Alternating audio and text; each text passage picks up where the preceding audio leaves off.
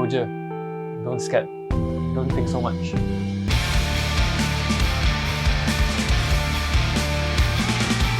My name is Ariff. I play guitar in Naedr, Pleasantry, amateurtakescontrol, and parisinthemaking.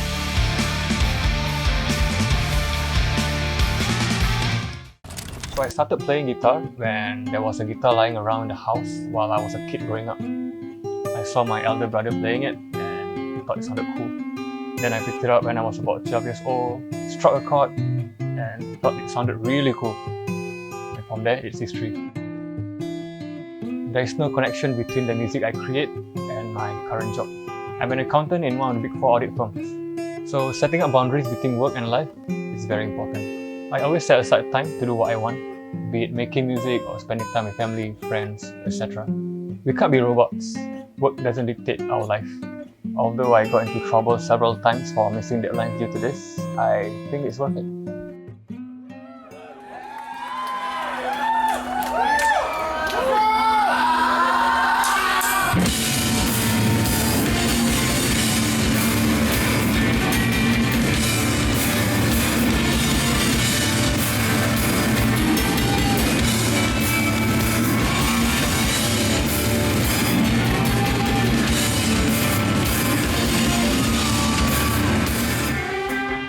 One of the memorable experiences from doing music was playing at Haupa Villa at night. I think that's the most metal place you can hold a gig.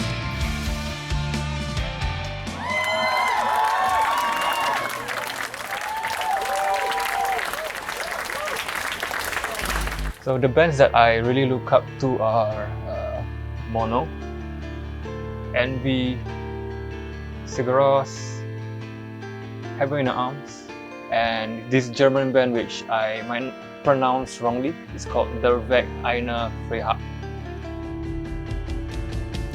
I think the release that I'm most proud of would be Naedr's debut album, Catalogue. The recording was done mostly DIY. We recorded drums in a professional studio, but other than that, it was done by ourselves and mixed by a good friend of ours. Also, we had the privilege to work with screamo-centric labels that I look up to, so that was pretty cool. I love gear. I spend too much time, money, and effort on gear. If I only have one pedal to play a show with, that would be the Boss RV5. I'll probably borrow a tuner and a random distortion pedal from another guitarist. It has its own unique shimmer and presence that's quite hard to describe. Yeah, sure, there's plenty of other modern and more expensive reverb pedals out there, but I feel none of them comes close to the beautiful tone that this RV5 is able to get. So I actually tried to replace this pedal with the Walrus R1, but nah, it's a totally different beast altogether. Also the PV5150 212 combo, this guy right here. The distortion channel of this amp fits what I play really well. It's not the most versatile amp. I can't get a pristine, clean sound out of it, but it works. This loud motherfucker is long discontinued and I got it for extremely cheap. Thanks, Carousel.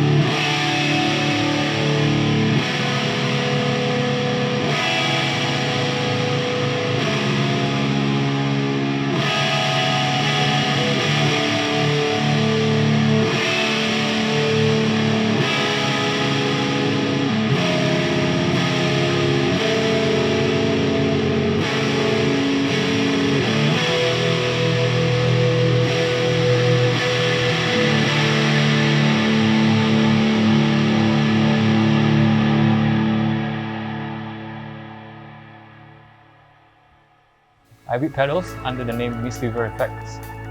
So there was a point of time where I was too broke to buy pedals, so this is where Mistweaver Effects was born. So I started to clone various famous boutique pedals just to try them out. From there, I learned what each part of the circuit does and tried dabbling in creating something new based on the circuits or pedals that were not too common. I hope to find a spark to start Mistweaver Effects again, this time dabbling in DSPs too. I can't find the time to do it yet, but hopefully things get better in the coming years.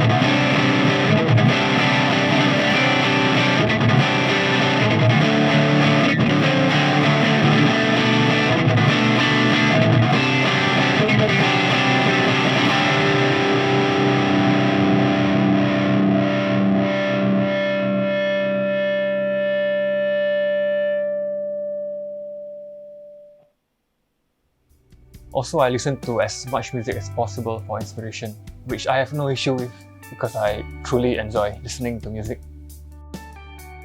Given that my job takes up a lot of my waking time, I don't have the privilege of practicing in my room for a few hours consistently. So I take band rehearsals seriously, basic things like coming on time, not noodling around in between songs, and wasting people's time.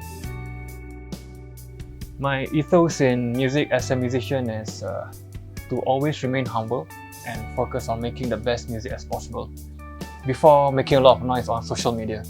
Always compare your music to the bands that you look up to and ask yourself if it is as good production-wise or songwriting-wise. There is no point in bragging because no matter how good you think you are, there are people or bands that are better, bigger, and more successful than yours.